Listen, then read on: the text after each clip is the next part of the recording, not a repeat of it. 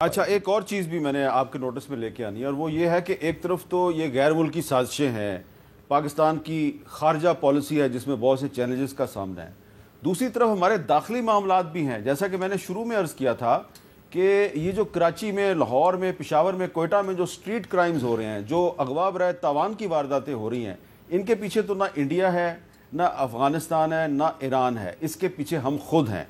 اور صورتحال کیا ہے کہ اغوا کے جو واقعات ہیں تو انٹرنیشنل رینکنگ میں پاکستان 8ویں نمبر پہ آ گیا ہے۔ اس سلسلے میں بھی میں کچھ چیزیں آپ کو بتا دیتا ہوں۔ اور جو ورلڈ پاپولیشن ریویو رپورٹ ہے اس کے مطابق گزشتہ 2 ماہ میں سندھ میں 200 سے زیادہ افراد کو ڈاکوؤں نے اغوا کر لیا، جن میں سے 50 کو بھاری تاوان کی ادائیگی کے بعد چھوڑ دیا گیا۔ اور سندھ میں ڈاکو لوگوں کو لالچ دے کے اپنے پاس بلاتے ہیں اور اغوا کر لیتے ہیں، اور پھر جب کوئی تاوان نہ دے سکے تو گلا تک کاٹ دیتے ہیں۔ وہ گلا کاٹنے کی ویڈیو میں آپ کو نہیں دکھا سکتا۔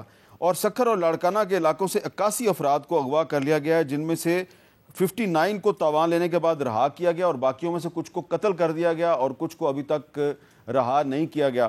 اور پاکستان کا سب سے بڑا شہر کراچی، وہاں پہ کیا صورتحال ہے اسٹریٹ کرائم کی؟ لیکن یہ صرف کراچی میں نہیں ہو رہا جی، نہیں، صرف کراچی میں نہیں ہو رہا، یہ لاہور میں بھی ہو رہا ہے جناب۔ اور لاہور کی جو فگرز ہیں وہ بھی میں آپ کو بتاتا ہوں کہ لاہور میں جرائم پیشہ افراد روزانہ 200 لوگوں کو لوٹتے ہیں صرف لاہور شہر میں، اور رمضان کے پہلے 2 ہفتے میں جرائم کے 1000 واقعات رپورٹ ہوئے ہیں، اور 2024 میں 80 دن کے دوران شہر میں 74,000 جرائم کے واقعات پیش آئے۔ ان میں قتل، اقدام قتل، ڈکیتی اور لوٹ مار بھی شامل ہے۔ اور صرف 20 مارچ کے دن شہر میں جرائم کے سب سے زیادہ واقعات ہوئے جو 500 کے قریب تھے۔ تو ان واقعات کو ہم کیسے روکیں؟ اس کے پیچھے تو کوئی غیر ملکی سازش نہیں ہے۔ اچھا کھوسا صاحب، جو میں نے آپ کو وقفے سے پہلے کچھ ڈیٹیل بتائی ہے، کراچی، لاہور، پشاور، کوئٹہ، پاکستان کے ہر صوبائی دارالحکومت میں جرائم بڑھ رہے ہیں۔ اس کو جب تک ہم کنٹرول نہیں کریں گے تو یہ ایران سے گیس پائپ لائن پروجیکٹ جو ہے اس پہ عمل درآمد کیسے ہوگا؟ کیونکہ اس میں جیسا کہ مصدق صاحب بتا رہے ہیں امریکہ کی طرف سے اقتصادی پابندیوں کا خطرہ بھی ہے۔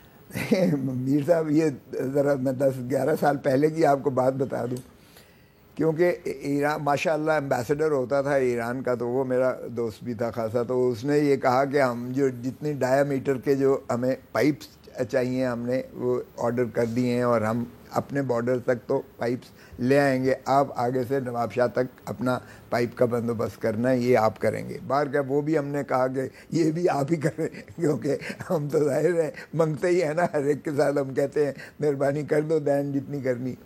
تو یہ انہوں نے تو پورا کر دیا ہے، وہ پائپ لا چکے ہیں ہمارے بارڈرز تک، وہ اپنا پائپ تو انہوں نے کر دیا۔ اب یہ انٹرنیشنل ہمارے اوپر یہ ویور والی بات بالکل ٹھیک کی ہے ملک صاحب نے، ویور لینا چاہیے جتنا مستعدی سے کریں گے، لیکن 10 سال ہو گئے اس بات کو کرتے ہوئے، ابھی تک ہم نہیں لا سکے، ہمیں شدید ضرورت ہے۔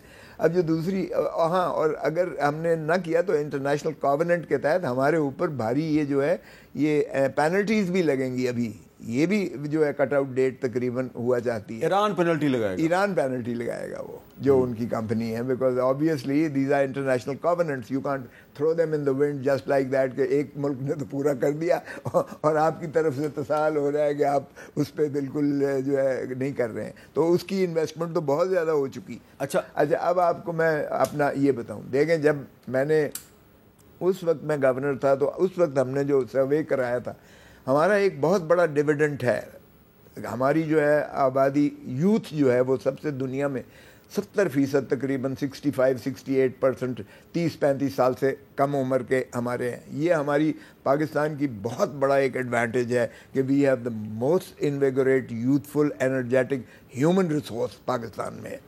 لیکن سروے جب میں نے کروایا تھا تو یو نیڈ 36 ملین جابز، اس وقت کی بات کر رہا ہوں، 10 سال میں 36 ملین جابز کی ضرورت تھی۔ ہمارا جتنا انفراسٹرکچر ہے سارا ہم ایڈ ہاکزم پہ چل رہے ہیں انفارچونیٹلی۔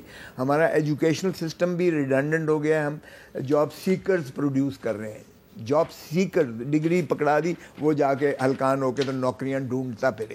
ہم جاب پروڈیوسرز جو ہے وہ نہیں ہم اپنا ایجوکیشنل سسٹم میں۔ پھر ہمارے ایجوکیشنل سسٹم میں 3 متحارب ایجوکیشنل پیرلل چل رہے ہیں جن کا کوئی کوہیشن نہیں ہے، آپس میں نفرت کرتے ہیں۔ ایک ایلیٹ کلاس کی ایجوکیشن ہے، ایک جو ہے دوسری پبلک سیکٹر ایجوکیشن ہے، وہ A لیول O لیول والی ہے، اور یہ ہے جو ہے میٹرک وغیرہ FA بھی ہے۔ اور تیسرا مدرسہ سسٹم چل رہا ہے. انگلش میڈیم، اردو میڈیم اور مدرسہ، یہ تینوں پیرلل چل رہے ہیں اور تینوں ایک دوسرے سے متحارب بھی ہیں، نفرت بھی کرتے ہیں. ان کی کوئی آپس میں کوئیشن نہیں ہے، اور تینوں کا مطمع نظر ایک ہی ہے کہ یہ جاب سیکرز پروڈیوس کر رہے ہیں. نالج بیسڈ ایرا میں ہم ان کو نالج بیسڈ یا انٹیگریٹ انڈسٹری کے ساتھ نہیں کر رہے ہیں. ٹیکنیکل ایجوکیشن ہم ان کو نہیں دے رہے ہیں، اس کی کھپت نہیں کر رہے. اب مجھے بتائیں کہ اگر یہ 36 ملین جابز تو ہم دے نہیں سکتے. آپ آج ایک نائب قاصد کی، کلرک کی پوسٹ کے لیے، آسامی کے لیے کریں، آپ کو 10,000. اس کے لیے ضروری ہے نا کہ یہ سیاستدان پارلیمنٹ میں اکٹھے بیٹھ کے ڈسکشن کر کے سولوشن نکالیں. میر صاحب میں عرض کر رہا ہوں کہ یہ اگر ہم نے یہ انرجیٹک یوتھفل فورس کو کنسٹرکٹیو نیشن بلڈنگ میں نہ لگایا تو یہی کچھ ہوگا جو ہو رہا ہے، یہی کچھ ہوگا جو ہو رہا ہے. اچھا، یہ چھوٹے چھوٹے کرائمز کریں گے یا ڈرگ پر ایڈکشن ہو جائیں گے، دے ول لینچ یو سر. یہ ول ڈسٹرکشن ہوگی آپ کی. اور جو اس وقت ڈسٹرکشن ہو رہی ہے سوسائٹی کی، اس کی وجہ یہ ہے کہ ہماری حکومت، ہر حکومت کی پرائرٹی میں یہ ہے ہی نہیں ہے. It is naan existent.